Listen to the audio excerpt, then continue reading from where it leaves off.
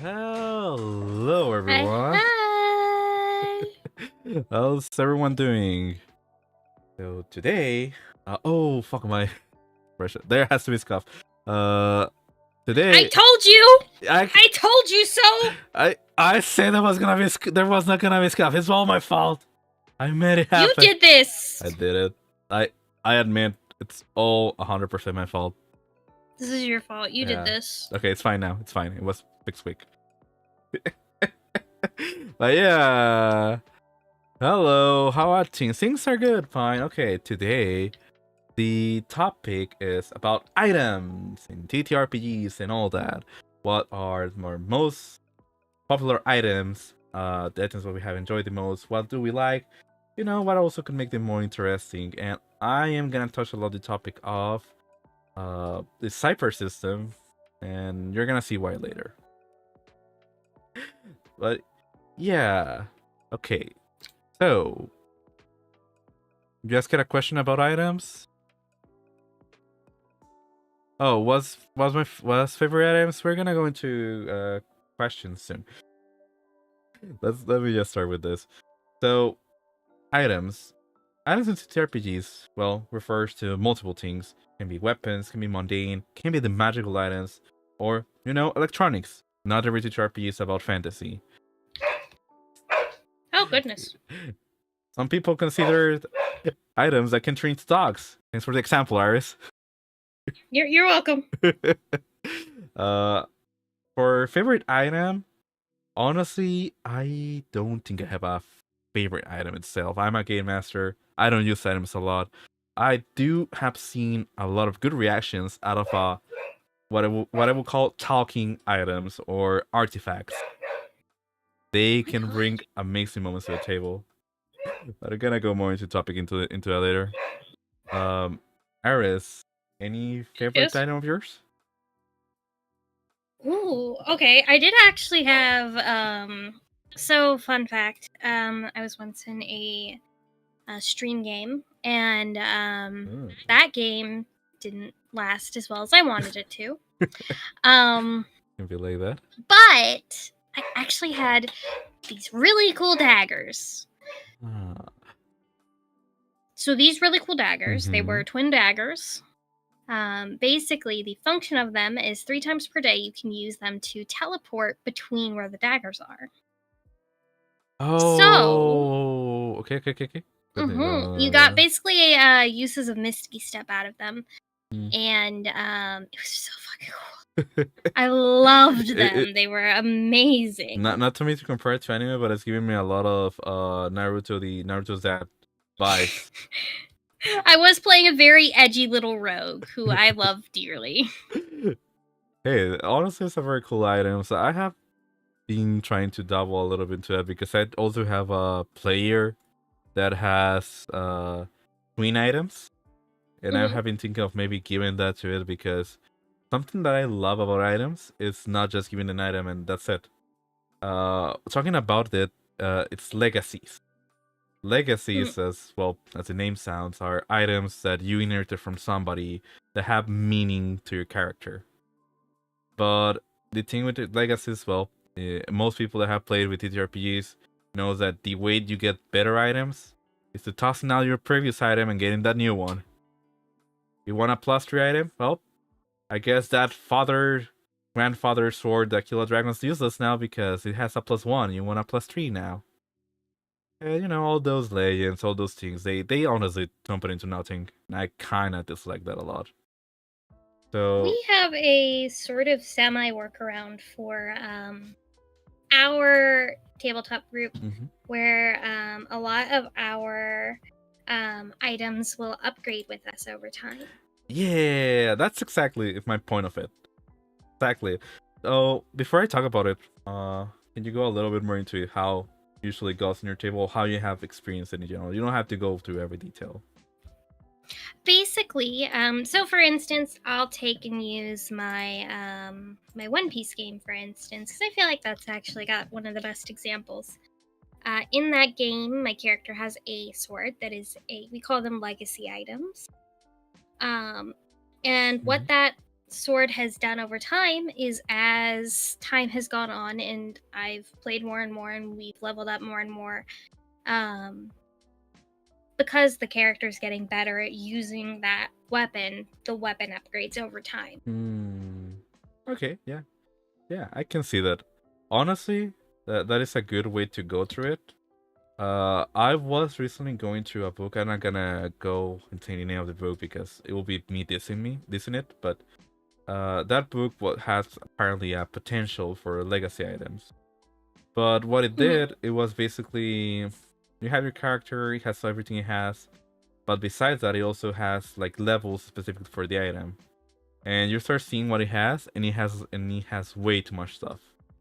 So the thing about it specifically going through levels, for me, it doesn't give necessarily the view of, hey, you are evolving with the item. It gives more the point of, oh, you're leveling up and you're getting new things in general. So one of the things that I'm trying to do on my table is giving story reasons to level up those items.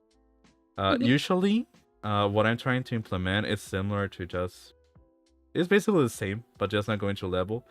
So every time they go through an emotional hurdle or something, the special magical items that have some sort of level of will, even if they have basically no knowledge or anything, the ones that they bond with, they get altered by the characters. So eventually, if characters stick some time with the items evolve and adapt to them depending on some needs. So, for example, I had a player that was, a little bit traumatized by giants. Just a little bit. His hometown was ruled by them. They were basically cattle by giants. And Hero played it very well. He was not that I'm gonna kill the giants. He was like, oh, fucking giant, I'm gonna run away from here, because he had PTSD from them. So eventually, he got to deal with a situation where he had to deal with a giant. So one of his items that he brought home from home was kind of a medal that his father gave him. His father's not dead. It's more like he managed to escape and his father didn't escape, right? So on that situation that he was put on, where he basically was give up or fight situation with a giant. He eventually decided to, I do need to do this. I need to pull all my will into this, and go to the narrative sense. So what it did was make the magical item that his father gave. Well, it's not magical item at the time. It was just a legacy item with no powers yet. To give him the ability to turn into a giant. Because that was what his real desire at the moment. So now the magical item permanently can turn him. Well, not permanently, but every time that he uses it, that item now has the ability to turn people into giants, basically. That's pretty neat, actually. Yeah. Because with me, all this seems about me not wanting to go more into legacies. And what's up, Jamo? Going to more into legacy items. It started with, I remember on a game that I was playing, I decided to replay a very, very edgy Blades Warlock. Very edgy. So on the lore that I made about that character, it had a whole story where his father built the blade for a nobleman. The nobleman basically killed his family with it and stuff like that, and the sword ended up cursed. And he ended up with the sword.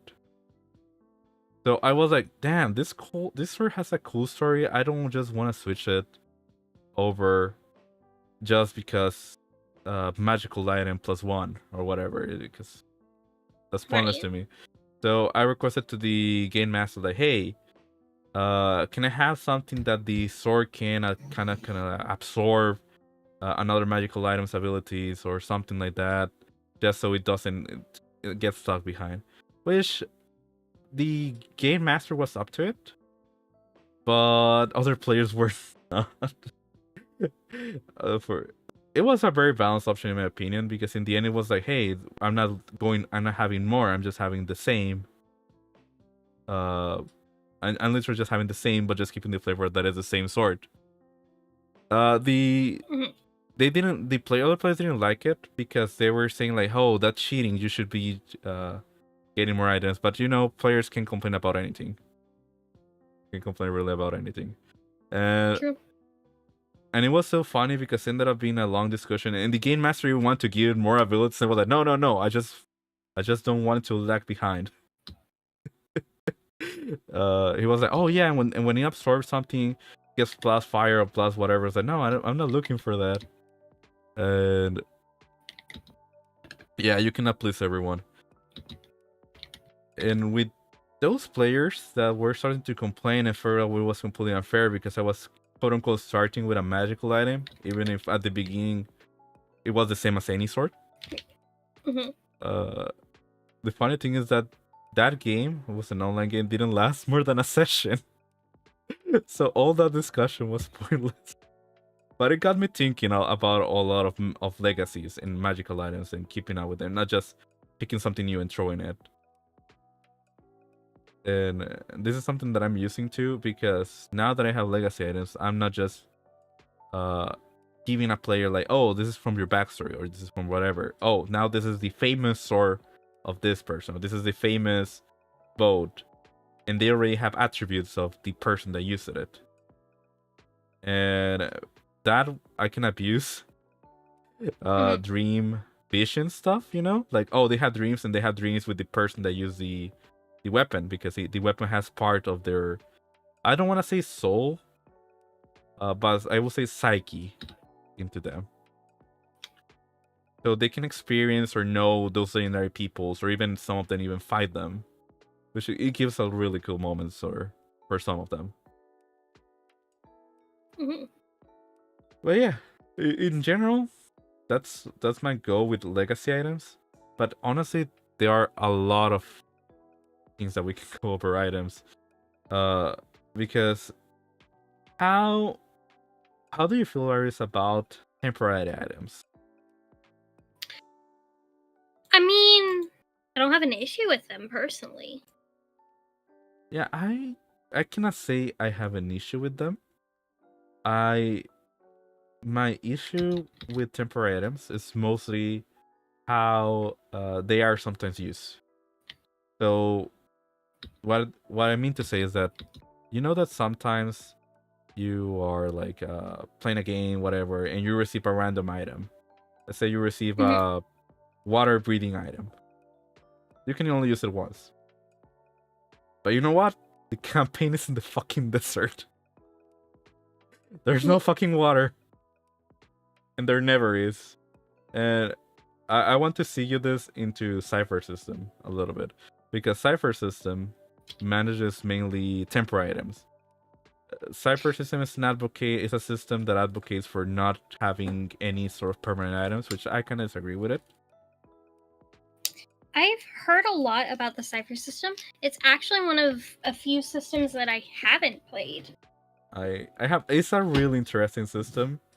I'm gonna play it. I know I am, because I have the Magnus Archives TTR. I backed that shit. Oh, I backed that shit immediately. And you also have the oh no, you didn't have the Appalachia one. No, I didn't get the Old Gods of Appalachia. There's gonna be coming a second Kickstarter for Gods of Appalachia. Oh, they are? Yeah, it is coming very soon. For those of you who aren't aware and want some really good horror podcast content, I would totally recommend checking out Old Gods of Appalachia if you really like maybe like deeper, darker sort of like, I'd argue it's really close to like, it's very Southern Gothic. I don't know how I'd really describe it, but it's really good. Well, there's a specific genre in cryptic? No. It is called Southern Gothic. Oh, I didn't know that. Yes. It's like one of a few genres. Southern Gothic kind of covers this. It's a regional sort of genre. It covers. Trying to remember everything. So Southern Gothic kind of covers this idea that the Deep South in the United States is where it comes from. So it has a lot of fear of the outside, very like deep internal, like rooted problems within society and structure within the southern United States. It's very culturally significant, and Old Gods of Appalachia hits that shit on the head. It's beautifully well written. It reminds me of stories that my grandma used to tell me when I was little, my great grandma. It's very, very good. And then Magnus Archives, if you're looking for a direct comparison to maybe a TTRPG that you might be familiar with, is pretty damn spot on for something like Call of Cthulhu. Oh, gotcha. So it's one of those things that things shit go down and it gets worse and worse and worse until something bad eventually happens. It's like, how do I put it? It's like Call of Cthulhu, but Magnus Archives itself, for the most part, outside of a few overarching story beats, is pretty like anthological. It's very well done, like Gemo says. It's very, very well done. It's very anthological, where each individual story that you hear is, it can be connected to something bigger that's going to be important later on. Ooh, but each individual story and statement is its own like little slice of terror. And there's some stuff that's more scary than others. There's all of these like really interesting little tidbits. There's an incredible amount of lore. If I get the chance, I will 100% run a Magnus Archives game. I will break my forever player streak. Yay! Yeah, I will run a Magnus Archives game, I swear. Damn, honestly, that's great, because I love the fact that things can be episodic and still be connected. And well, it's the entire conceit. The archive itself hosts all these, everything is connected later. Everything, like, holds these, like, statements of people who just experience the weirdest, most fucked up shit you'll ever see in your entire life. Ooh. And it's just so good. Please listen to the Magnus Archives. Okay. You will thank me later. Thank me later. Yes. Never listen to that. No. It has to be listened at night. You're gonna DM me at like 2 a.m. after binging the entire thing in like a week, and you're gonna be like, "Holy shit, you were right." Okay, I do want to check it. Honestly, it's been on my list for a while. I would so do it. It's the best. I even have like Magnus Archives merch. That's how much I love it. It's just so good. Nice. Honestly, I do look forward to reading it, just to hearing it. Sorry, getting used to. You like it.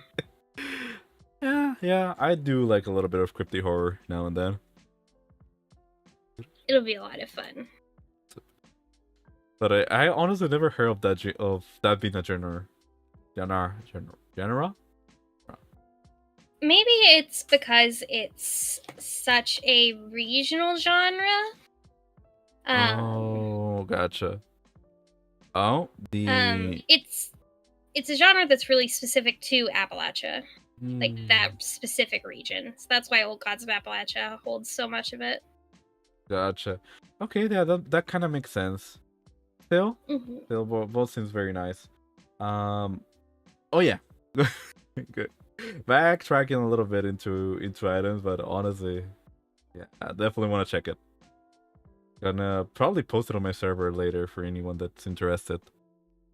Oh yeah, going back into items. Sorry, I was still thinking about it. So Cipher system.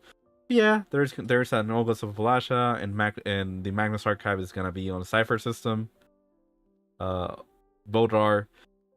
I'm not entirely sure why they choose Cipher system for both, because I don't know the lore enough to say, hey, this is perfect for it. But Cipher system is a generic tool, so it really can feed any kind of story in a sense, right? But a lot of RPGs promise that. A lot of RPGs promise that. Some are better than others. I do gotta say, like Savage World, yeah, it can feed a lot of narratives. Doesn't mean it's the best for every kind of narrative. It's just really good at every single one. And it's the same situation with Cipher system. The issue Cipher system has is that, in my opinion, it was made for game masters, but not every game master fits it. First of all, you're more deep into Magnus. Okay, interesting. First of all, Cipher system has two issues that game masters might have if they don't really function well with the table or with people that are super crunchy with rules. The first is that you don't roll as a game master. All the rolls are by the players, so you're not rolling to hit. The players are rolling to dodge. Every roll is made by the players, and people are gonna be like, "Huh, okay, that's a little bit boring," or "It's the same. It's not changing much." But it does liberate a lot of effort from the game master to start seeing stats for enemies, stats for everything. Especially because the way Cipher system does that is because it does a multiplication by 3 solution for everything. So, for example, you have level 1 players. So every stat for an enemy is multiplied by 3 of that. And that's it. You have your character there. Oh, they're really good at hiding? Okay, then let's give it a 2 instead of a 1. So we multiply by 3, so they have 6 of hiding, for example. So it's very simple to keep it in mind. But that is not really the big reason why it won't be fit for game masters. The other is items parts of it. So Cipher system. The name of ciphers are the name for the items in Cipher system. They are called ciphers, whatever it's magical potions, scrolls, chips, creepy voodoo dolls, anything, any tool, any magical, scientific, or things with effects on the game that you can have there are called ciphers, and you have a limit of how many you can carry. You can carry. I don't remember if you can only carry 1 or you have a limit of 3. To be honest, I have not read the Cipher system in a while, and I don't want to give wrong information about it. But the thing of it is that if you go reading blindly to the Cipher system without checking the magical items, you can end up with this different list of what items are appropriate, and you just roll a random table of items. And they can be the issue of, hey, now you have a water breathing item that you can only use once, and you cannot carry more stuff because you're carrying that item. The thing with it is the Cipher system is a system made to give a lot of items that have a single use, but how you should manage it as a game master, and this is something that I have found issues with other people disliking the system, is that every time you see that as a game master, it has to be a challenge for you to give them a situation where they have to use that item. Not to wait for the player to use the item. Give them a situation where they are going to actually use it. Because if not, they're going to have this useless item that they can have a limit of. And they're going to feel like they have a lot of useless items around with them. They're never going to get anything useful. So it's the whole other way around, in my opinion. And that is a situation with a lot of magical items on how I see it. Because even in systems that don't have that limitation, game masters just keep the items to the players, a lot of them. And that has been me on the past. And expects players to remember the item that they got 20 sessions ago, which is half a year. For a lot of situations.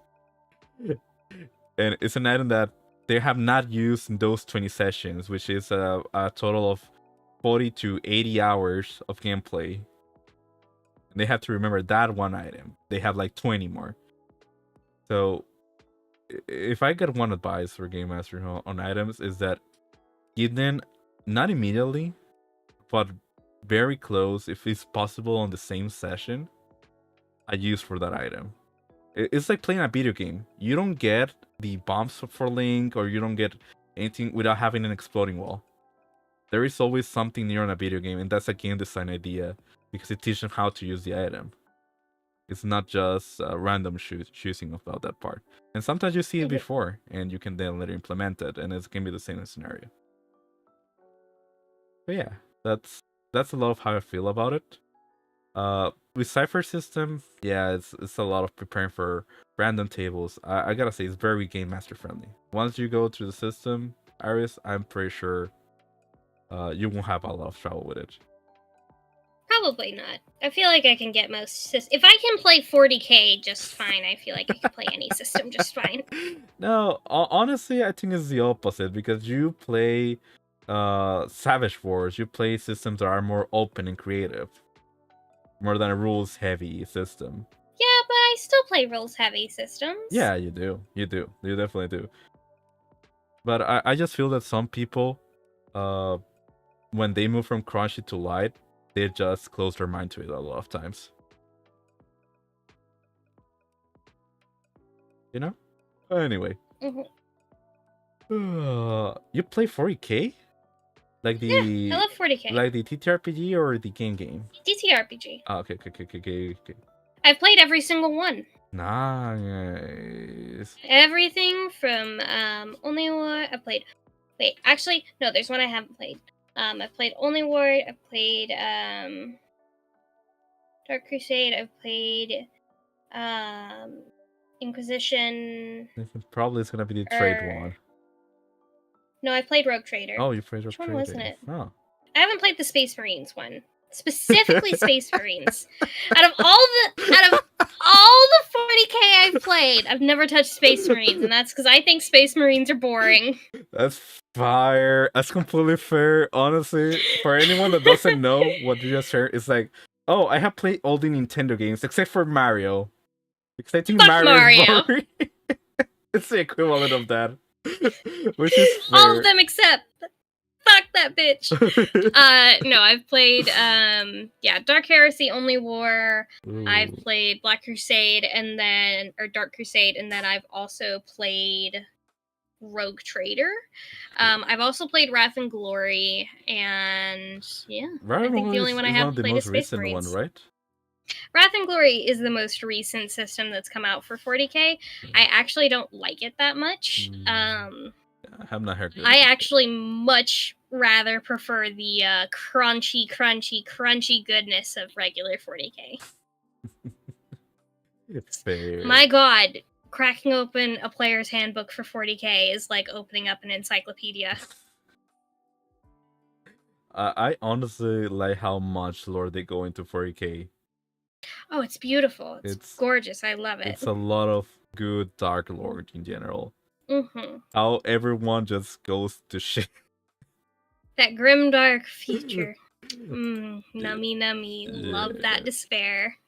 Yeah, honestly, I have been kind of getting into 40k lately. I have been wanting for a while, but I'm finally getting into the war game mostly. Yeah, dark lore. 40k has a lot of dark lore. It's futuristic. No, it's not necessarily futuristic. There is Age of Sigmar in Classic, which is fantasy based. But generally, Warhammer Fantasy is very good too. Yeah, Warhammer Fantasy is really good too. Also very dark. So yeah, it's a lot of despair, Gemo. as Ari said, it's despair. Is a lot of bad things going for everyone. Everyone is a little shit there. Nobody's a good person. The closest there can be good people, but good people don't last that long. Good people don't last that long, or don't stay good for that long. That is a relative of it. You can so. Yeah, they definitely. If they were good, they end up not being good. That's all of it. 40k is just so good. If you're looking for like a really fun space opera, I'd really recommend checking it out. Yeah, but honestly, all the dark stuff is what has got me into the Thousand Sons, because they have the For me, Oh, the I most love the Thousand interesting fall to darkness into my. My favorite, I don't like many Marines, just because I'm not a big fan of Marines, Space Marines. I just find them to be very boring. But I do actually really like the Blood Angels. Oh, of course you like Blood Angels. Not for the reason you think. Sure. Not for the reason. It's completely different. Okay. Tell me it's not because they're vampires. They're not. They're not vampires. I swear to God. I promise. They're named Blood Angels because their fucking Primarch is a beautiful, beautiful man, and he was a very pretty boy. He was named Sanguinius. Yeah, So sanguine blood. Yeah, yeah. Uh-huh. They are not vampires. They're actually more akin to angels. But since their Primarch's name is Sanguinius, etymology dictates that they must be blood related. I just think they're neat. No, I just think they're neat. Honestly, they are probably the most interesting out of the Space Marines, in my opinion, too. I don't even think they're not even just the most interesting. I love the Blood Angels. I think that they are my favorite, and I think they are very interesting. I will say there are other chapters of the Marines that I think are a lot more interesting. Not gonna lie, I don't feel very interested in the Marines because they give me the vibe of the Human Plus, you know? So they're Human They Plus. Are. The Dark Angels are also very interesting. Yeah. What was the name of the human army on 40K? The Imperium of Man? Yeah, the Imperium. Yeah, Man of the Imperium. Yeah, the Imperium. I do actually like the Imperium overall. I think it has a lot of interesting stuff to it. Oh, that's true. I also am very fond of Tyranids. I think that they're just really cool. But I just like cool monsters that eat things and cause violence. And that is their entire shtick. Honestly, that was one of the things that I like about the Thousand Sons, because the Thousand Sons is like, oh, it's just not Space Marines. You have these features from the abyss fighting with them. They'll eat you. They will eat you. They'll eat you, and they'll steal your genes. They'll steal your genes. Steal your genes. Yeah, very dark. A lot of dark lore. Take your body. There's also the Gem Stealers, literally. Yeah, I love it. Yeah, honestly, 40K has a lot of lore, a lot of things going on. Maybe I should do a 40K breakdown at some point. Oh, we can actually make one of these specific topics. Maybe not the next one, but we can make it a specific. I can set it up. Yeah. I can make a PowerPoint and introduce people to the lore of Warhammer 40K. I love 40K. I think more people should love 40K. Yeah, honestly, it is a lot of great dark lore. I do gotta ask now, because I'm curious. What is the conscious system that you have played? I didn't get to play it, but have you ever heard of a system called Mechton Zeta? Never. Not gonna lie to you. Wonderful. I have 300 TTRPG books, Iris. I've never heard about it. So Mechton Zeta is a TTRPG, and it is a TTRPG about mechs. It's a mecha TTRPG, kind of in the similar vein to like Lancer. Mm-hmm. Except for, my god, is that thing fucking stacked and crunched. And I'm comparing this to 40K. Oof. And 40K is stacked. Yeah. This is like even more stacked. It is filled to the brim. I wish I had a better way to describe it, but even in character making, sitting down and making a character, for me, usually doesn't take that long. But it took me, like, an entire like session 0 to even get like a concept down. Okay. I kind of get it. It's a big boy system. It's just chunky. Kind of giving me the sense of the infamous Fatal. It's interesting, but I'm gonna Jesus. be direct because my streams, even if I am not a person that says a lot of stuff, Fatal is infamous because it includes rolling. I know what for it getting. includes. I know. I'm saying for the stream. Okay. I know you know. I don't need to explain it to you. Know. But yeah. I'm glad I give off those vibes. No, I know you. I know you enough. You're literally talking about you're literally talking about a TTRP that I have never heard about it. There are not that many. Not gonna lie to you. But yeah. So Fatal is famously known for rolling to get different cock sizes and genitalia in general. You can also roll to see how big your butthole is. Yep. And it's supposed to be super crunchy, but everyone kind of has a little bit of knowledge of that shit that he has. It became famous because how people reacted to it. Honestly, I think if people are into that, it's fine. But I don't know enough about the Fatal system to really say anything about it.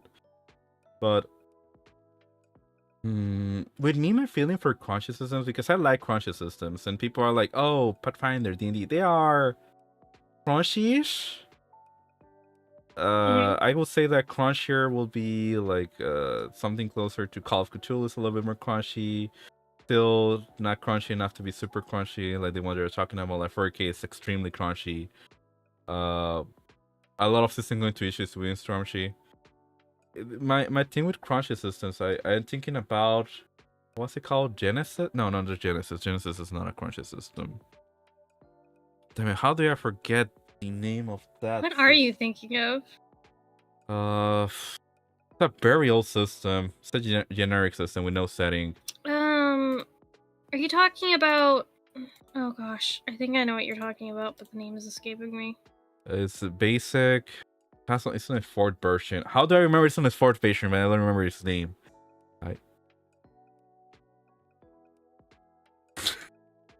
Okay. It's super popular. I know. I can remember it. So just give me a second. I know I can remember. Can you? It's a good question. It is a really good question. June, Genesis.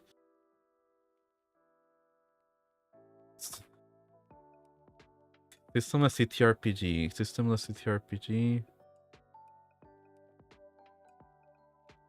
I guess I'm thinking about the most famous one. The most famous one is Fate, which is the counter of Crunchy. This is a very non-crunchy game. Yeah, Fate's super like roleplay friendly too. Yeah, I don't really love Fates a lot. It's fine. I don't necessarily think it's the best. For me, it feels like you give it the sense that they want to be way too friendly with things. And can create a lot of discussion for some people. In the end, that sort of thing depends on your table, you know? How can I... Okay, I'm gonna give up in 10 more seconds. Could you, like, describe the system? Other than just... That's the issue. It's kind of generic. But I remember it has a lot of descriptions on speed. It turns out into how much you can live. And blah, blah, blah. It literally relates directly to... It literally relates directly to every stat has a specific meaning. So my issue with that sort of thing is that you can easily move from being like, oh, this is stats, roll this, roll that, into okay, but it says I can lift 500 kilotons and this weights this much and blah blah blah blah blah. Which it happens on some systems. I have seen on some superhero ones, but that is kind of fine. Because on superhero ones, it gives you a good perspective of things. But I remember that one has rules for really, really fucking anything. But the thing about that one is that it was supposed to be systemless. So the way that they made it, it was made so GURPS. Fucking GURPS. Oh, GURPS! GURPS. Fuck, I feel like an idiot now. Imagine how I feel. Yeah. Yeah, but you know GURPS. You definitely know GURPS. I do know GURPS. You agree with me that it's crunchy? Yes, GURPS is crunchy. Okay. I was not sure if you agree with me on that. Some people might disagree. And the thing is, if you go into reading GURPS and you go into seeing what is actually about GURPS and everything, it has way too many rules.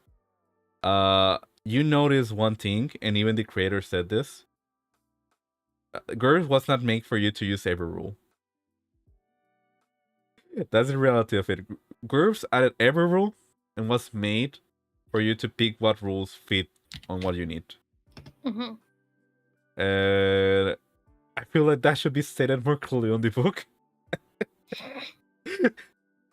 But that is the case for every TTRPG, really. It's like rules apply whatever you need. And also, everyone can forget them at the middle of play. Everyone. But yeah. All that just for me to remember the name GURPS. And probably GURPS is the most complicated one that I have read. GURPS is definitely up there. Yeah, it's definitely up there. It's not the most, I agree. I have not read 40k. But I know enough about 40k to know that it's very, very complicated. Yeah. Mostly because, in general, the fans of 40k like the crunchy. They do. We do really like it. Yeah. It goes along with it. Huh. Are you more of a crunch person than Aris? I'm curious now. I do like crunch. I mean, I like a simple system too every once in a while, but I do really like when I get the chance to like really dig my teeth into stuff. Okay, yeah. Honestly, I like both. It's a fine feeling. You don't need to choose you don't need to choose a favorite. I know a lot of people, for example, ask, do you prefer dogs or cat? And I say, give me the pet. Give me the furry animal. Give it to me. I don't care. But yeah, we track a lot from items.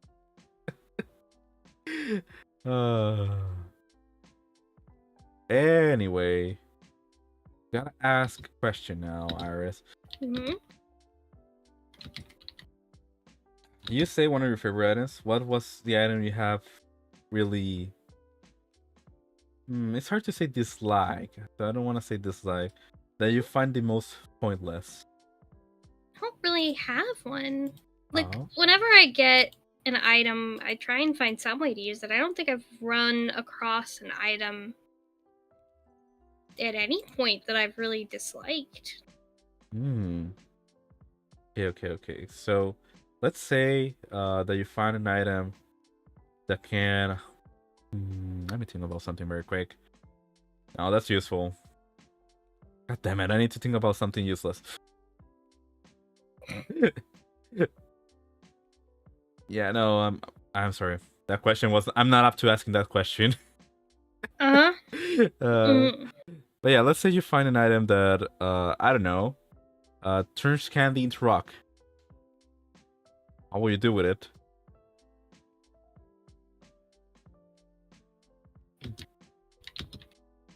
I mean, I'd use it to throw rocks at people. That's way too direct. But yeah, fair. Okay. Like, what am I supposed to do? Eat the rocks? Maybe. I never said they were not rock candy. I never said what the rock was made of. God damn it! Why did I change? Oh, somebody paid for the change shape thing. Damn. I'm not in a donut now. So, Didn't I deactivate all of this? Oh, the change it was not deactivated. Oh, that's shit. Okay, that's not gonna last long.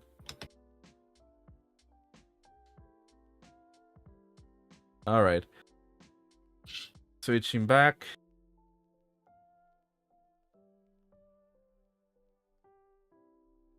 Okay. Okay. How do you feel about items merging with your character in general? Like physically becoming part of my character? Yeah. Oh, I'm fine with it.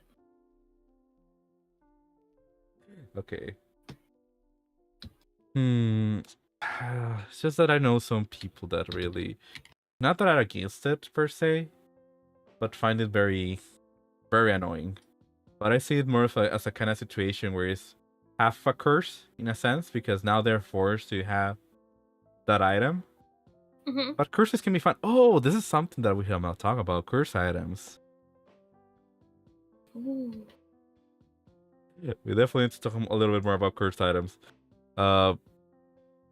Okay, being direct, I don't do a lot of cursed items, and the times I do, my player gets too paranoid about them to make it fun. But one of the few items I have done is the classic "you cannot remove sword" kind of situation. Like you grab the sword, now you're holding 24/7. Another curse item that I have used is an item where, let me remember exactly what it was. Basically it randomly activated the item, and what the item did, it was make them breathe fire.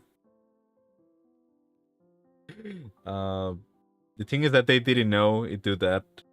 I was not an asshole with it, to be honest. I made it first activate where it didn't do any harm. But it was fun seeing them scramble and seeing why the fuck did that happen. Yeah, honestly, that's part of the fun. A lot of players don't like, well, I have seen a lot of players getting. Some players, let me correct my wording. Some players have got mad with me. Some players have got mad with me. About not giving them information that, in my opinion, their character should not know. Like, oh, why did they do that? It's like, I don't know. You have to figure it out. Why did they do that? But honestly, I think the suspension of fear and all is one of the most fun things that can happen. And that's a lot of things with magical items, and something that I don't like with Identify on D&D. That it's hard to give them that mysterious sense of, what does this do? It's just merely, oh, new item, Identify, oh, it does this. But I kind of get it, because it's difficult to go through the way of, or I feel it's difficult, the way to go to, how do I use this in role-playing? Like, how would you interact, let's say, Iris, with a ball that you know it's a magical item, but you don't know about how to use it?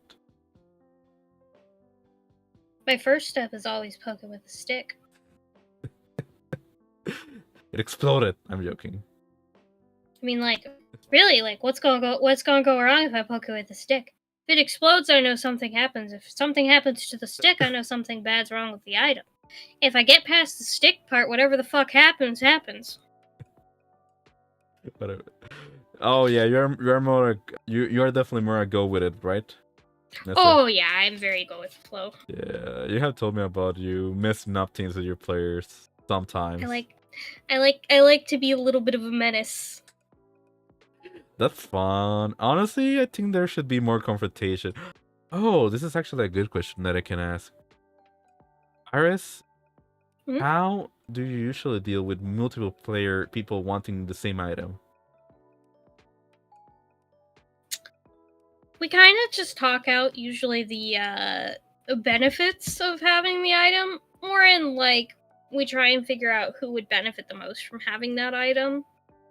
And that's usually how we go, unless the item has like a specific significance to a character, which usually then we don't tend to argue over. But if it's just like we want to figure out who gets it. We usually just see who would benefit the most from having it. Yeah, and that's definitely a situation where it's like the ring of protection that really everyone could use +1 AC or stuff like that, right? But yeah, I get what you mean, because honestly, as a game master, I try instead of giving, I do give generic items. I do give a lot of generic items. I love rolling my random tables, and I have a lot of random tables to give even some custom magical items that I have made around. And so much silly stuff, like now my players want to collect these stuffed animals, because now they're part of a legendary collection of magic items. They don't do much. They just want them all now. Literally the only thing they do is that they sleep better if they're hugging it. And now they want to have the whole collection. But I do try to give a specific items that are really obviously directed to a player. So for me, this is a way that allows me to balance the game without breaking it. Because I can give you the example that not that long ago I gave to my rogue, and I have give weapons to everyone that is specific for them, but I give to my rogue a sword that is a +2 sword, but it keeps also plus some spells and plus and some more damage. It rolls 2 dice more, something like that. But the thing about it is that if you talk about balance, you say, "Oh, it's so broken. It's a lot of damage." But here's the thing with rogues in D&D: they only attack once. You give that shit to a fighter, you are basically doing a lot of fucking ton of damage, because it's 2 more dice of whatever. So you've given the fighter the option to just completely destroy whatever's in front of them. Yeah, everyone's gonna look like a wimp compared to that, because the fighter's gonna be doing double damage, and it can be fun in some gameplays. But you give it to a rogue, it's just 2 more dice. That's it. The fighter is gonna be 8, 6, 4 more dice, depending on the level. So, so that is also why I try to go with that, because for a fighter, I wouldn't give dice. I will give abilities like your knife that they can teleport, so they can reach some enemies. For example, the first thing that I gave them is that their weapons can be thrown, even if they are heavy or whatever, because the fighter can deal a lot of issues with range enemies. So it's an improvement that they can have, but it's still not broken, because in the end of the day, it's just numbers. So it's not affecting the numbers a lot. Just giving something to the fighter to be excited and knew that they can do. But very easy to break things if you don't get the right items. And that is honestly one of the nice things about giving specific items, is that it's easier to not break stuff around. And honestly, breaking is not an issue as a game master for me with the NPCs. Toshi, I've got to step away for just 1 second. I'm so sorry. Oh, it's okay. It's okay. Did you? So maybe we should go to the BRB. Yeah. Let's go to the BRB for a little bit.